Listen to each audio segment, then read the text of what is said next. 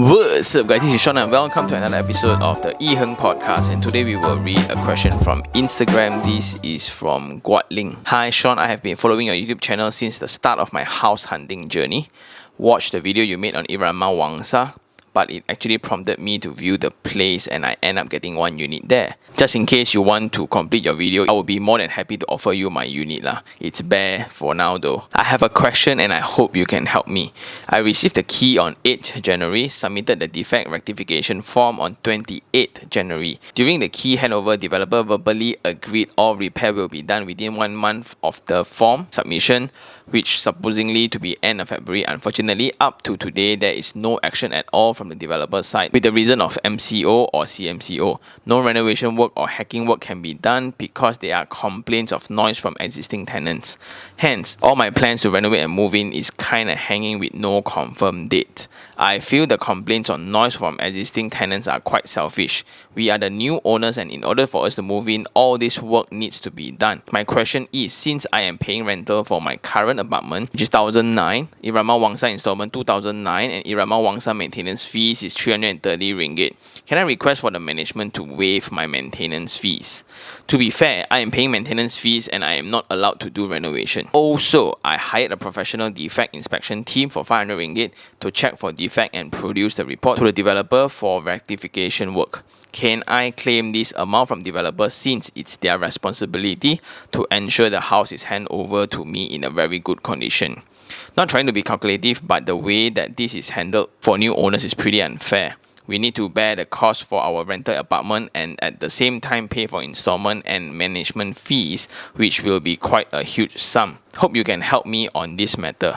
Thank you, Ling. Thank you very much, Ling, for the email and sharing. I guess this is quite a painful one. So now you bought Irama Wangsa and you want to move in right now, but unfortunately, after you submit the defect check form, there's no work because of MCO or CMCO. Then you now want to go in and do renovation, right? Existing tenants are complaining about the noise, so they restrict you from doing renovation. So now you are stuck in a position where you cannot do renovation, you cannot move in, but then you are still paying the amount for installment as well as the maintenance fee and also the rental for your existing house that you're staying right now. So you feel very, very unfair. And also the second part of the question is, can you claim the 500 ringgit from the developer because this person highlights all the defects for them to fix? So based on this, right, I think number one, the tenant do not have any right to stop operations, especially for renovation or things like that. You cannot expect the whole world to stop just because you need to nap or you need to work from home, right? Working hours is working hours, and I'm sorry you need to work from home and the drilling sound is going to kill you. Guess what? It's not fair, and you are the legal owner of the property. You should fight for your right, because guess what? For the entire year, there won't be any hour that the house is empty. Anyone that voice out, hey, very noisy, management office very noisy, I cannot sleep, so the renovation must stop. Cannot be, So I think that will not be the right reason of people restricting you from doing the renovation works, man. I don't think so. So usually based on whatever that we are doing in the makeover, guys, right, they will request for certain things. They will request shorter operation hours. It means that instead of 9 to 5, right, like usual, then maybe 10 to 3. So I expect you to wake up already by 10 o'clock, right? Then Saturday, Sunday cannot work. Then deliveries, like for items or furnitures and things like that, they will restrict the delivery hours. So maybe one day you have like 2 to 3 hours only, and you can see, right, in a lot of apartments and condos, all the lorries just line up for that hour to open up, and all these are just because they want to control the people that is in and out of the unit at all times, because they just want to reduce the number of people. Everyone is just very afraid of the virus, right? And guess what? One positive case in a condo, right, everyone will get really panicked on. And I guess that's the main reason, not so much on tenant making noise complain, I cannot sleep, then your neighbor cannot move in. Cannot be lah. I don't think that that's a legit reason. I don't know, maybe the management person just try to be funny or whatsoever lah. And one thing that you wrote is that verbally confirm that they will do everything for you. As much as I really like to trust people, in these kind of situations, everything needs to be written, because guess what? Now you want to file a developer a legal complaint against the developer for not performing their responsibility to rectify your defects, right, you can get an external party, a registered contractor to come and do, then this costs you back charge to the existing developer and they are obliged to pay for that fee. But if it's verbally done, then it's very, very tough. There's no proof, right? Yes, I submitted and that's about it lah. By right, there's already a period where they need to oblige to, they need to comply to that period of rectification. Again, because of COVID, and because of lockdown, there are certain acts that is being introduced, right, where certain agreements and business contracts, right, don't have to be fulfilled. But I think in terms of developer versus owners, right, there's no reason for them to delay. So they will need to formally write you a letter saying that because of this, they cannot perform rectification work. So after that, another part of the question would be, now you hired a defect team to really conduct professional checking, and now you found a lot of defects and you paid the person 500 ringgit for the service, and now you take all these complaints and tell the developer, hey, fix all this. And now you are thinking, can you ask the developer to pay you that 500?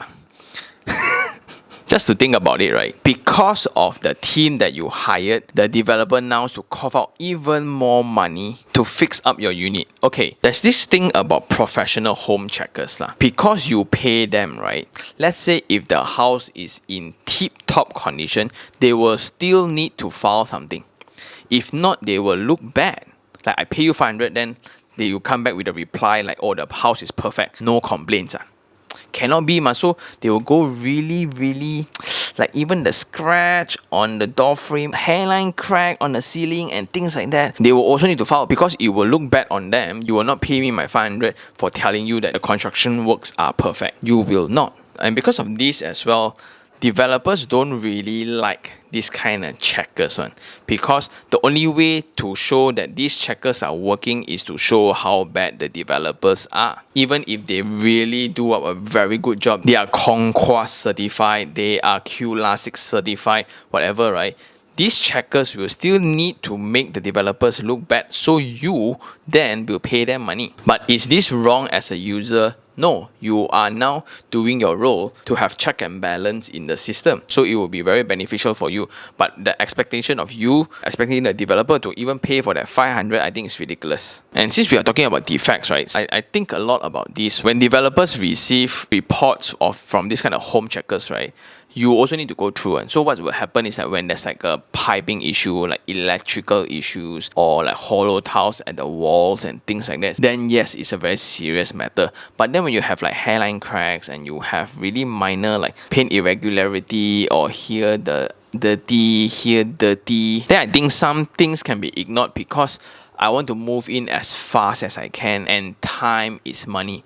The more defects that you raise here, the longer you will need to pay for the existing rent, and you cannot move in as fast as you can, right? So you need to somewhat also balance that between your rental and the defect. Yes, the defects can be very serious. How very, very serious when the hollow tiles has 2 pieces in like 100 over pieces in the unit. So, and it's also not fair to expect the owner to just receive the unit blindly, hoping that everything will be the best, right? I think that is also not fair.